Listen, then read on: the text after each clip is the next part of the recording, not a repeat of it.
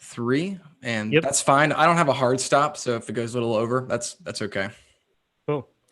Okay, we are live on behind the scenes on the Run With It podcast. We're here with William Warren and Michael Teray. We're going to talk about an idea related to trees and how you can make better use of trees that you need to cut down or ones that are falling down. So excited to get into the idea. You guys ready? Let's do it. I should say Rock and roll. to the watchers out there on YouTube and Facebook, this is the unedited version of the podcast. If you'd like to listen to the polished version, subscribe to us on Apple Podcasts or Google Play, wherever you get your podcasts. This will likely come out in a week and a half or so. And we would love your feedback. Email us at update@runwithit.fm with your thoughts about it. Okay, let's get into it, guys. Welcome to Run With It, the show that brings you untapped business ideas from successful entrepreneurs. My name is Chris Justin, and I'm here with Ethan Janney. Ethan, how are you doing? I'm doing pretty good, man. We got a really beautiful snowfall last night and this morning here in Chicago, beautiful Chicago, Illinois, or suburban Chicago where I live.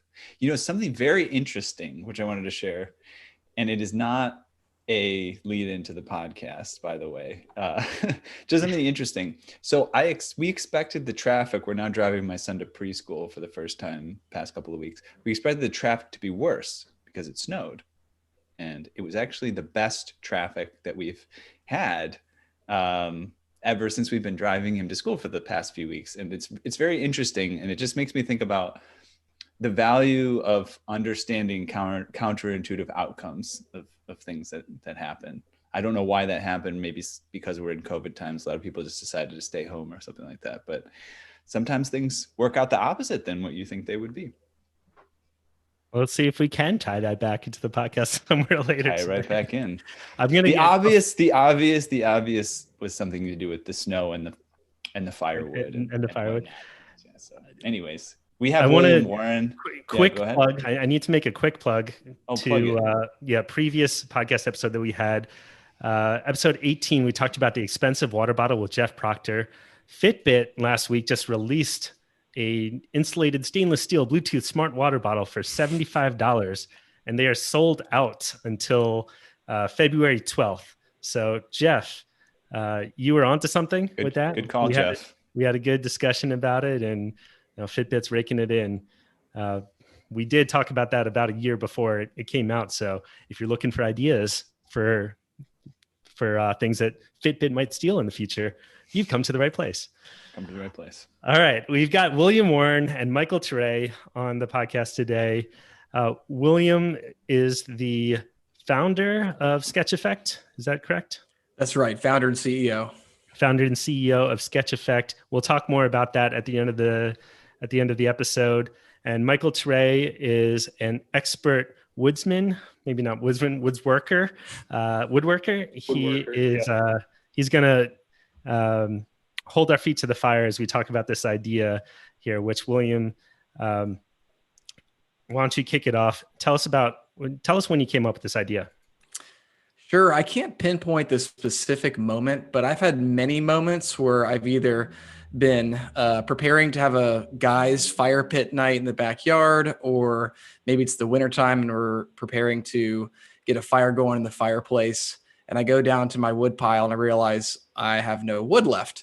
So then I'm scrambling, I'm trying to find wood, and inevitably I end up doing something dumb, which is I go to Kroger and I spend a lot of money for a tiny, tiny bundle of firewood.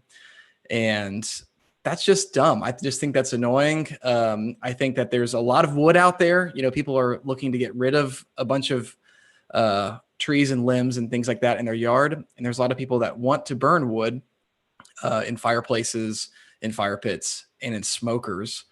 And I figured there's probably a better idea out there. Do you remember how much a lot of money on a bundle of firewood has been? I think with my Kroger shopper card, it was $5 for a bundle of like 4 logs. It was pretty pathetic. 4. Yeah, 4 or 5. And that burned in about 20, 30 minutes. So I bought 4 bundles for $20 and had maybe a 2 or 3 hour fire pit. Okay, yeah. There's some profit to be collected there. Yes. A lot of people So I know buy firewood by the cord, especially if you are going to buy for the season and you frequently make a fire. I think if the average price per cord is about $300. I actually don't know how many logs are in a cord. I think maybe Michael could tell us if I'm right in this. I looked up, they called it a face cord. I don't know if that's the same thing as a cord, but face cords Yeah. of various woods. Yeah. It's the Yeah, same thing. so a cord is kind of the same thing. I think a face cord sometimes is like a portion of a cord, like a half or a third. But a cord is supposed to be the volume of wood that takes up a 4 foot by 4 foot by 8 foot, hypothetical area, or volume Okay. rather. So Okay, got that's what it. a cord is supposed to be. Yeah. Okay, It's a so lot. a face cord definition here is 4 feet by 8 feet by 16 inches. So maybe they equal about the same thing. Those things are $190 for mixed hardwoods. I got a $220 for oak, a $250 for red elm. So yeah, up to $300, but perhaps a little bit less. So And that's it. That's the episode of Run With This. I just wanted to let you guys know how much wood is, and we're signing off. Now you know. Yeah. I'm glad that you brought this idea up. I think it taps into a larger movement, which is where I would steer the idea a little bit to making use out of wood that otherwise would end up in a landfill or a wood chipper. Right now, if you have a tree that you need to cut down, it's either it's dead and you're worried it's going to fall over and hit your home, or for some other reason you need to cut down, maybe it's unsightly. You have to pay an arborist, and that's expensive. And then for the arborist, they don't have a good way of using that wood. They don't have anything that they're going to do with it. So typically it's just a cost for them to dispose of it. And at the same time, we're buying all of this wood, high quality wood from overseas, and spending a ton of money on that wood to turn it into furniture. So there's definitely an opportunity there to just use this wood that we have that is going to waste right now, and use it for firewood or even furniture, wood pellets, all the other things that we use wood for. Yeah, there could be an entire ecosystem that repurposes old wood that normally would just get discarded. And I'm thinking about the cord and the 4 foot by 8 foot. That's a lot of volume of wood. And I know for me, a lot of times it's an afterthought. It's, I'm having some friends over. I want to do a fire pit. Maybe I haven't planned out ahead of time. Maybe I'm not that forward thinking to buy a massive, cubic, I don't know, whatever the math is, block of wood. So yeah, I think there's probably something that taps into this, I need it now, I want to do it now, kind of mentality that makes Uber so successful and DoorDash and some of these immediate kind of gratification apps and platforms. Something that you could use to dispose of wood you want to get rid of without paying that expensive arborist, without schlepping it to a landfill yourself. But that also satisfies the demand of people that want wood, want firewood when they, right when they want it and haven't maybe planned out in advance. So I can tell you that I used to live in Durham, North Carolina, and while searching around on Craigslist for lumber, which is something I do because that's who I am, I came across a couple people who did something similar to what you're talking about. They split firewood at their own house and stacked it and seasoned it to dry it, and they would offer delivery of that firewood, for whatever cost that was available. But this is an individual doing something, not a large scale collective like an Uber would, like an Uber type situation would allow. But there is. So what I'm trying to say is that there is demand for this type of service to begin with, because other people have come up with similar ideas. Right. And I've seen similar type things where it's a kind of a one-off company or a local, even like college kids, like, local people going around and collecting up people's discarded old trash wood and then repurposing it and selling it. I mean, it's an age-old entrepreneurial kind of spirit, right? You take somebody's leftovers and then you turn it around to make value out of it. And so, yeah, in my mind, when I was kind of running with the idea, I imagined this amazing app where you can log on and you can click whether you want to give wood or if you want to receive it. And if you want to give it, you kind of punch in your address, how much it is, roughly the quality of it, and then boom, the app works.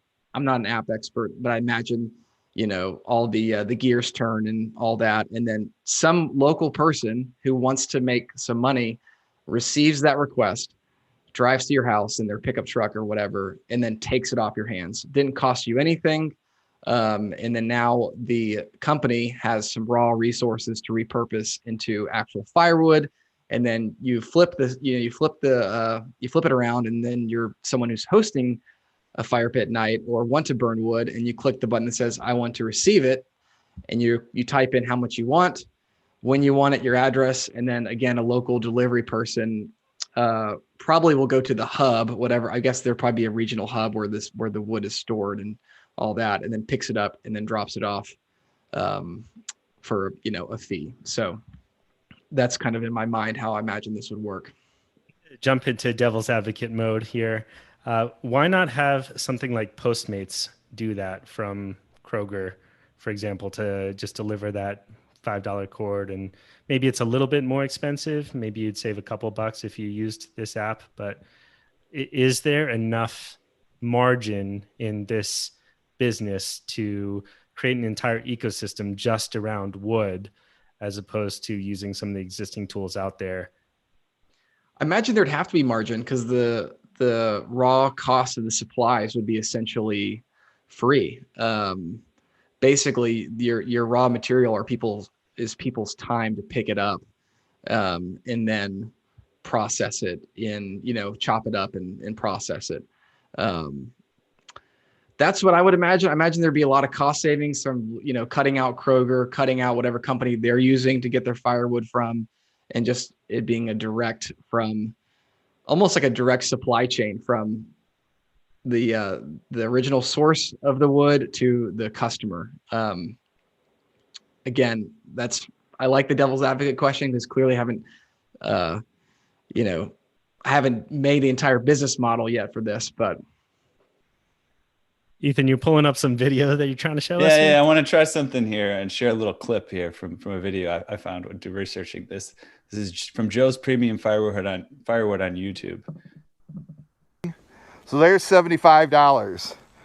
So to get $200, I got to spend $75 and work about 7 hours. Now, if you count drive time, that's even more, then it comes out to, 10, 11 hours total that I have into it. So as you can see, I'm not getting rich. I think so I looked up like profit margins on firewood online, and there's this guy from Joe's Premium Firewood posting YouTube videos, and a lot of them have subjects like, can you make money on firewood? And basically all of them are him complaining about he makes no money at all, chopping firewood. I don't even know why he does it. If it's just like a hobby or whatever, he just likes to complain or something. I think we got to deal a little bit with this factor of, how much of the equation, how small are we going to go in on the equation? When I looked into firewood and profitable businesses that deliver firewood, it seemed like they were the ones that were most profitable were the ones that are doing it on a larger scale. You can pick the type of wood, you can do cherry, you can do walnut. They're custom delivering to, restaurants, things like that. And it's, they work on volume. So I want to throw this into the equation here and say, how deep do we want to get ourselves into the actual processing of the firewood? And if we do we want to play with the larger players as opposed to the smaller players? I think that's a good question to let simmer a little bit here. I want to introduce another business model into it. Typically on the show, we just kick around a bunch of stuff and we're riffing. So, don't be offended, William, if this idea ends up in a different place, or it might end up in exactly the same place, but we're just going to, have fun throwing around let's different do it. aspects. So in doing some research, Mike shared with me this company called the Urban Lumber Company, and they're based out of Portland, Oregon. And what they do is they follow around arborists and just pick up the trees that they would otherwise discard, that they would chip or send to a landfill. And it saves the arborists money because they don't have to dispose of these giant trees. It saves them time because they're no longer the ones responsible for doing that. So they can get off the job site quicker and do more jobs per day. So it's a huge benefit to them. This guy has been super successful. They just take those trees and turn it into, he's turning it into furniture, tables, chairs, cabinets, dressers, etc. And that model has actually been emulated in other places across the country. There is the Urban Wood Network, urbansalvagedwoods.com.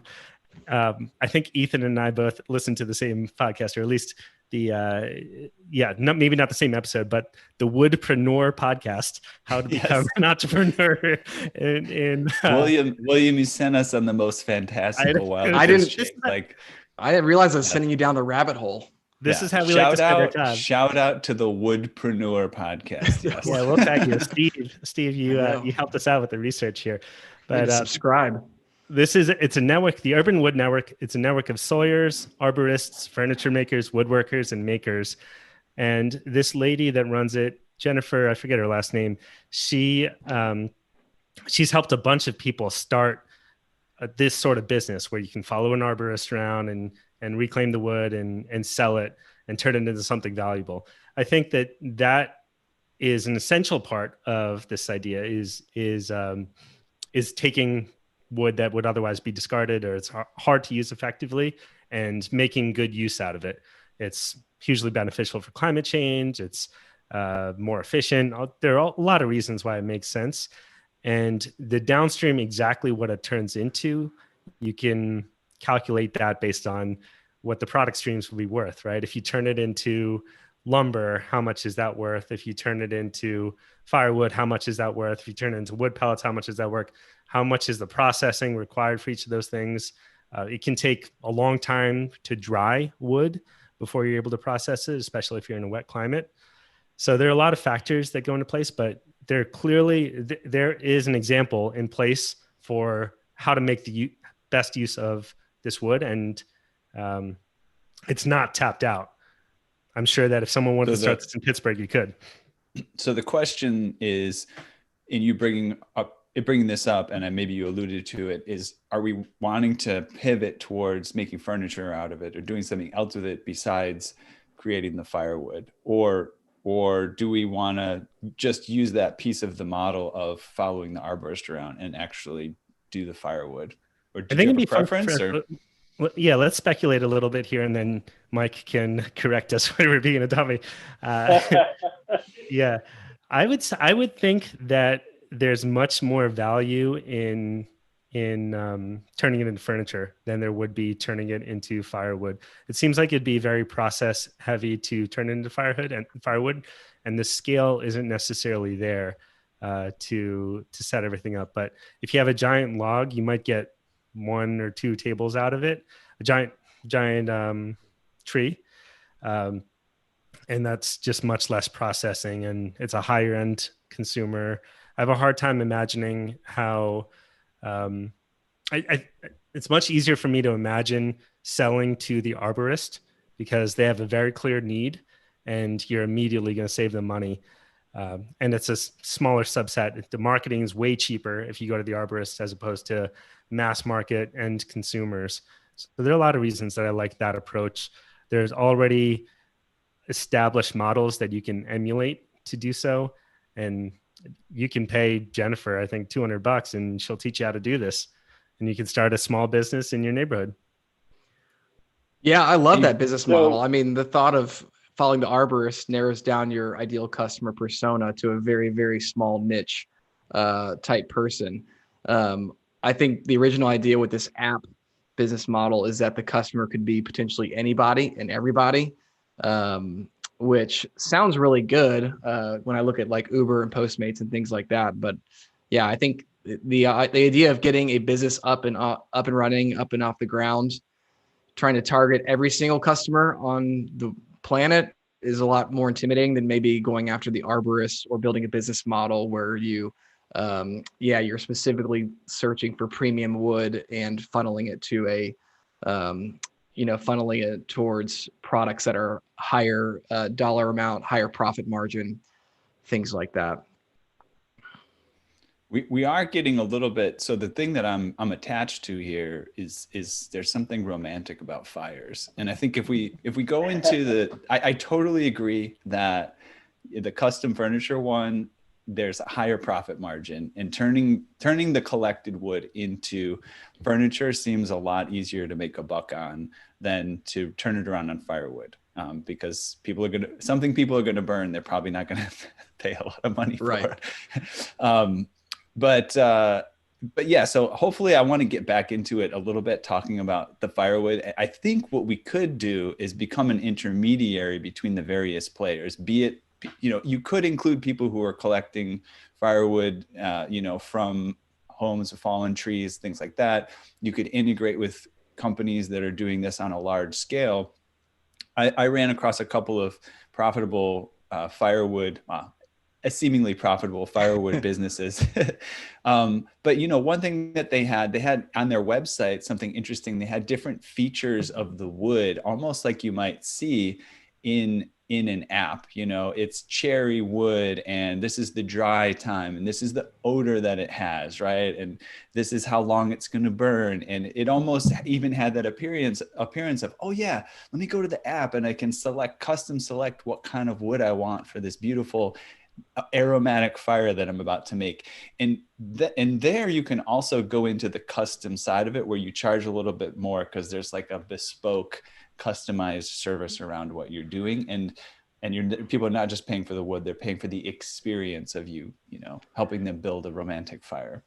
Yeah, you could go that route. I almost imagine this being like less bougie than that. Like sometimes when I want to burn fire, I'm just looking for anything that's dry and not going to destroy the earth when I light it on fire. So I'll give you an example. The other day, my son really wanted to do a fire in our fireplace, and I was out of wood. And we literally went to the local park. There had been a storm there a few days ago, and just some random limbs had fallen. And we just collected a bundle of random limbs. I have no idea what kind of wood it was. I have no idea if it was fancy or what odor it would give off. All I knew is that it was discarded wood. Eventually the local park service would come and have cleaned it out anyways.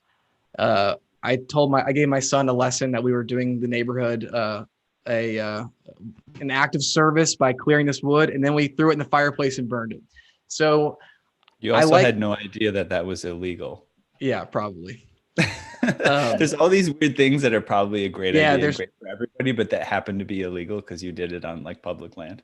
We didn't burn it on the public land. Burned it. No, collecting wood. Like I found out doing a composting project that like collecting people's, refuse, like wood, what do you call it? Food scraps without a permit, it was illegal, right? You think you're doing something good for the environment, helping people out, whatever. And all of a sudden you find out you need some type of permit to like collect discarded items. Anyways, aside. Yeah. No, that's good learning. I'll keep that in mind next time. No good deed goes unpunished. So yeah, I wonder, I think you could either take this model and go very premium to where you do have that kind of white glove experience where you know exactly you want cherry wood or you want oak or hickory or whatever, you want chunks or you want logs or you want kindling, whatever, and then kind of tailor make your cart or your basket. Or you could just say, I want something I can burn and I want it in 10 minutes and or I want it in 20 minutes and I don't care what it is as long as it burns. I see. I could see you go either the more like premium kind of white glove or just the more like everyman kind of give me something I can burn route. So I'm wondering if the answer isn't one or the other, but a combination of everything to some degree. for instance, I work at an urban sawmill, and I have done some milling there. And the issue is that you can't use 100% of the log when you're milling it into lumber. So you always have these like weird offcuts that are just kind of, they're either a little bit thin or like not something that you can really turn into a nice usable board. What we do with that is we make a big bonfire, and while we're milling on a Sunday, we start a fire at 8 o'clock in the morning, and by the time we clean up at the end of the day, we found the embers and we put it out. All of that could be cut into chunks of wood that could be sold as firewood, So, and then another idea is that wood shops that build cabinetry and other, furniture out of just dimensional wood that they buy from a lumber yard, at some point in time, you're going to have a piece of wood that's a foot long and you can't do anything with it. And that becomes wood scrap, which is a problem for these places to deal with. They have to throw it out, pay for their own dumpster fee and all that kind of stuff. Whereas if like there was something like a network like this, what you're proposing, where you can say, hey, I have this wood available, come and grab it out of our trash, we'll keep a special trash can for it, and, like, come pick this up, and it's all dry chunks of nice hardwood. They're a little bit small, but they burn, and those would be available for free to anyone to pick up. So I think there's a lot of small little aspects of the general wood industry that aren't accounted for in how to deal with a lot of the waste. For instance, the sawdust could potentially be compacted into wood pellets for wood-fired stoves and that kind of thing. But that is, from what I've experienced, rarely ever happens. So I think there are a lot of things to do with wood waste that could be tapped into here. Like if you had to put a number on how much that waste would be valued at from an average log, is that on the order of $5, $50, $500? What would you say? Oh, if we were to cut it up and turn it into firewood? Let's say a furniture maker is the exact scenario that you described. You've got wood that came in and you've cut your piece, you're using it for a table or whatever, and you have all these leftover scraps. How much would those scraps be worth if you sold them as composite in their composite parts? Oh, okay.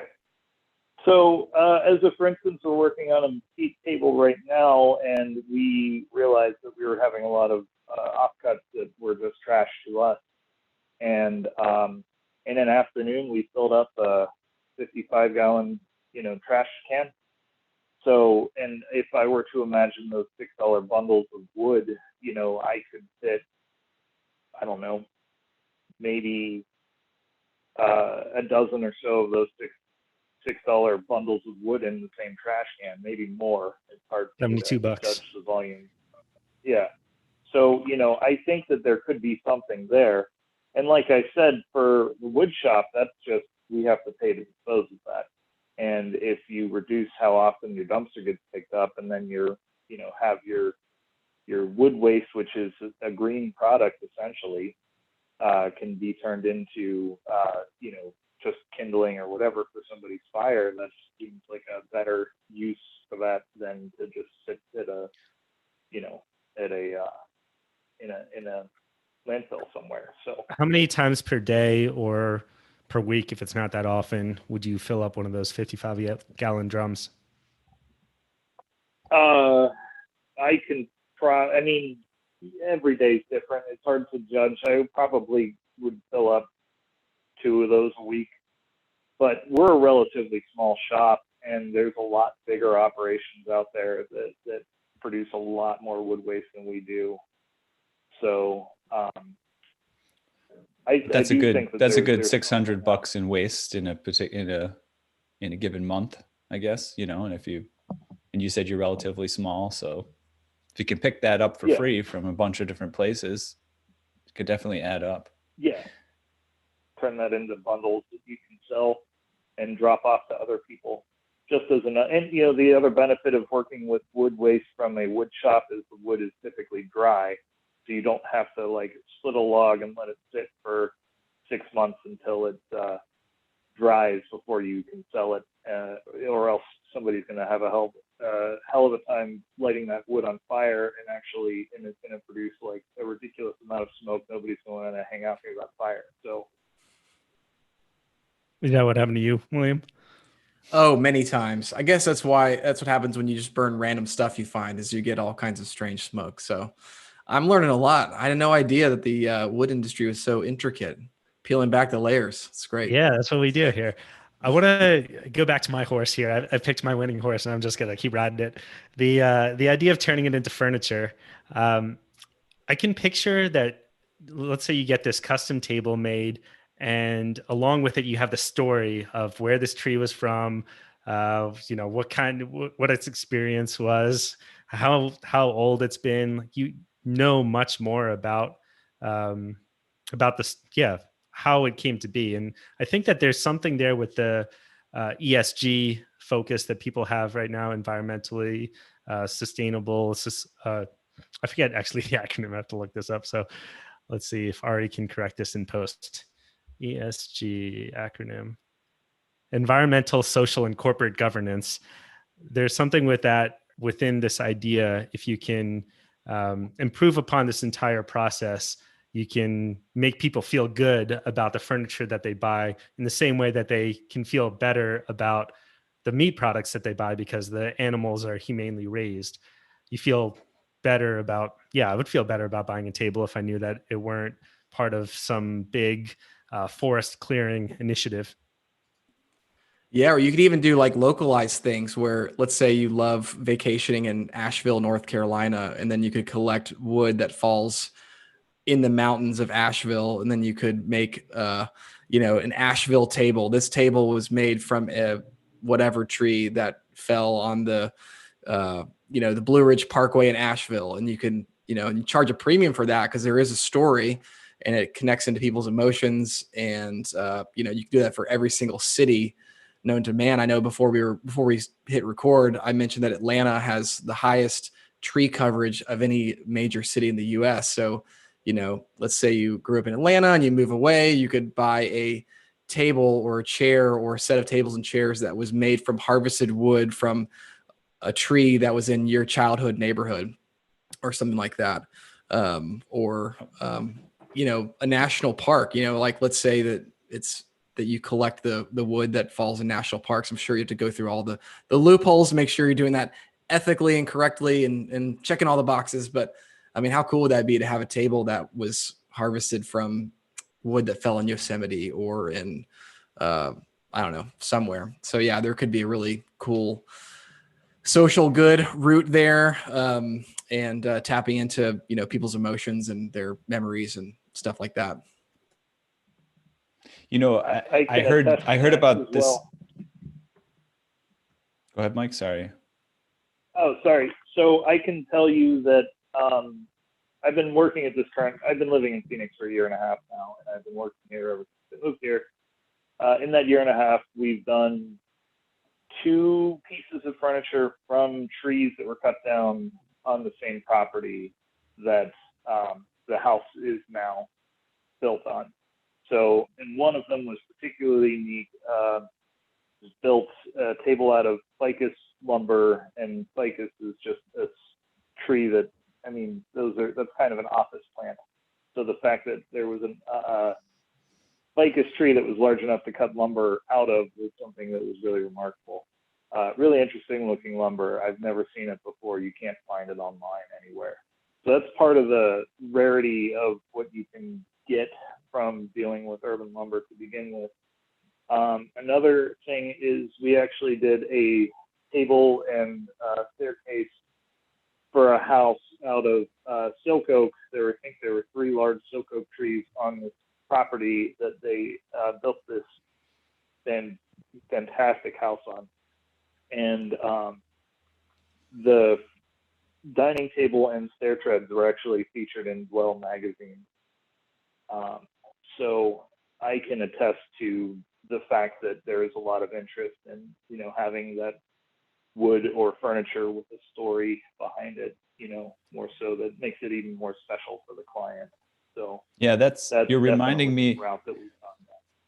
You're reminding me of an episode of the Woodpreneur podcast, which I listened to, where they were interviewing You're now Rack and Sack. sponsors of the Woodpreneur podcast. They were I interviewing. have to say, I've learned a couple things from you. Woodpreneur podcast is definitely something that I'll be looking up. I'm shocked that I didn't know about that already. So thank you. It was relatively boring for me to listen to, but I do have some interesting things. You got to cut that. We're getting Steve on here. We got a partnership. We're going to co-brand. All of our episodes in the future are going to be focused on woodworking. All right, let me tell the story of Rack and Sack Kilns, okay? Because I think this has multiple aspects that are interesting. First of all, Rack and Sack Kilns, it basically started as one of these type of businesses where they would collect somebody's wood and they would make furniture from it. And yes, that was exactly their focus. The tree that your grandfather used to play on and, had a swing on and climb when he was young. It's the same tree that we made this heirloom table with that we're going to keep, for centuries. But at the same time, the story of their business goes like this. They were doing that, and they found it difficult to dry the wood out, and there was no resource for kilns in their area. And so they bought one of these custom kilns from iDry, which was the actual sponsor of the podcast episode, which I listened to, which is like a kiln maker. So they buy a kiln, right? And then they start being the local company that dries wood for anybody that needs it to be dried. And at this point, they've already purchased a couple more kilns, and this has turned into the primary source of profitability for their business, is that they're just the local resource for drying wood. And so what I think is interesting about this is just to bring in a factor that's come in, several times in the podcast, is that's kind of a boring business idea, is just to like have a big, shipping container size thing that dries wood, and you just sit there and you make that happen, and that makes you money. It's not as romantic as a firewood app or as a furniture app or anything like that, but it's just interesting to see that there might be more profitability in something like that if you really wanted to make a profitable business. Yeah, that wouldn't get you on the cover of a magazine. Kiln Weekly, come on. Yeah, maybe Kiln Weekly. Woodpreneur. It would certainly get you onto an episode of the Woodpreneur podcast. Yes. Yes. I agree with you. I can attest to those kilns. We have one of those kilns in our shop, and they're fantastic. Exactly. And this episode is sponsored by iDry, the most advanced state-of-the-art technology in kilns. I mean, there's something to be said for the kind of average Joe business, which is very profitable and not sexy, but just requires a lot of hard work and intentionality. And, I think there's this kind of glamorous,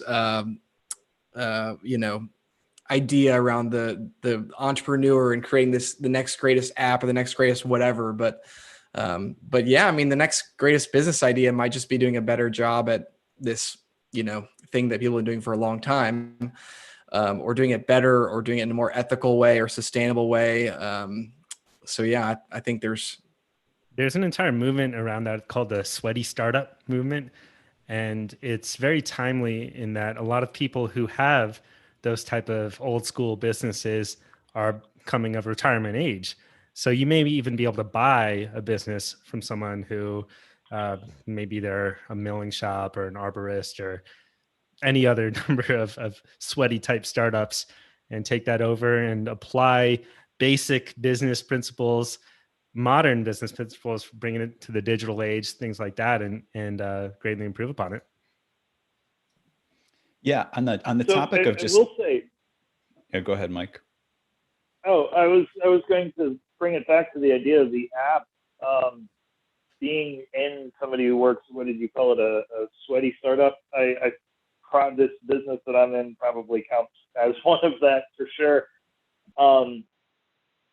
But one of our, to use some of your technology pain points, is that it can be really hard to locate these these trees that have just fallen from a storm and that kind of thing. So if there was an app to help, connect the people who would be interested in the raw material, the log on somebody's property, and somebody who would be willing to work with it, whether it's an arborist or a shop like ours, or even just a landscaping crew to help you clean up the mess. They could look at that as a way to, for the homeowner to easily find somebody to deal with their problem. So, that network there, I think there is something there that would be useful for a lot of people.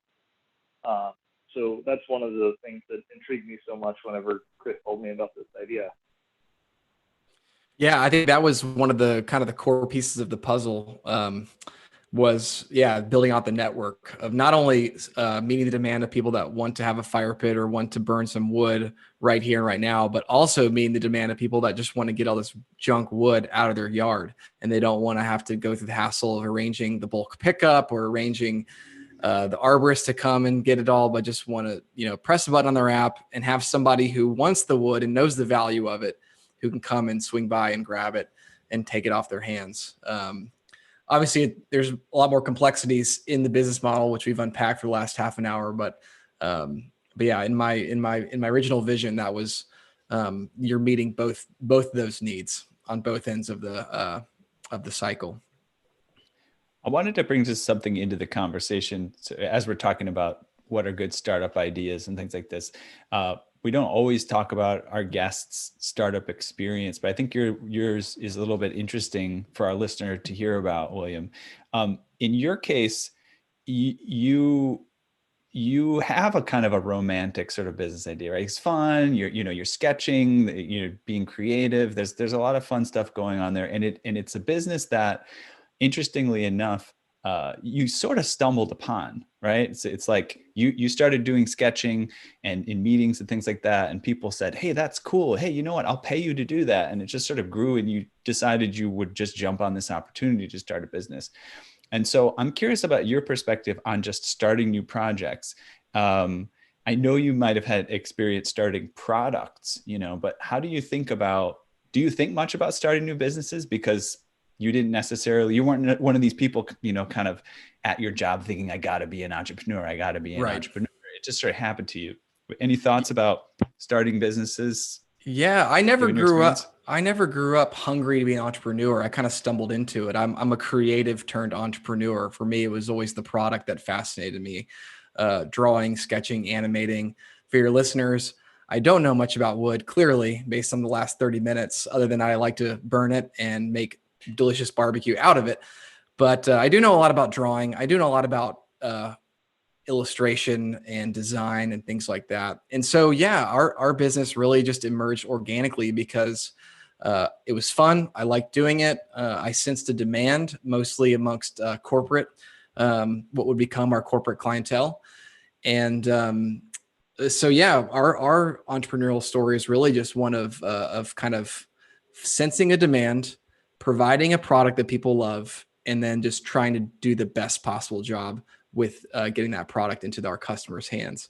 To answer your question, I mean, now that I'm kind of doing this entrepreneur thing and have been doing it for the last 7 years, I love thinking of new ideas. Right now, the Sketchfect is my baby. We're still growing. We've been growing every year since we launched 7 years ago, trying to do it better, trying to figure out new products and find new markets and all that.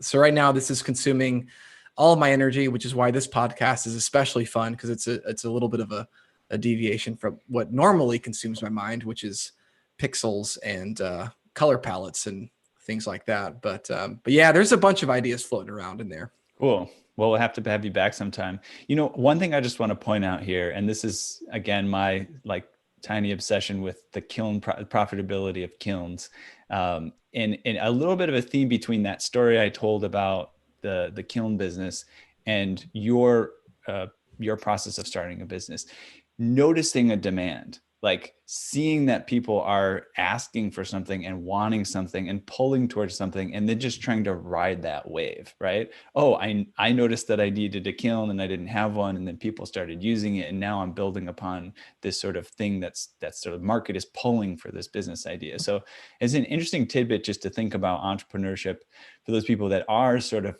jonesing to be an entrepreneur and aren't yet, that to be on the lookout for businesses that are almost starting themselves, right? Where there's a demand that's just cropping up, and then just trying to ride that wave as opposed to creating something from scratch.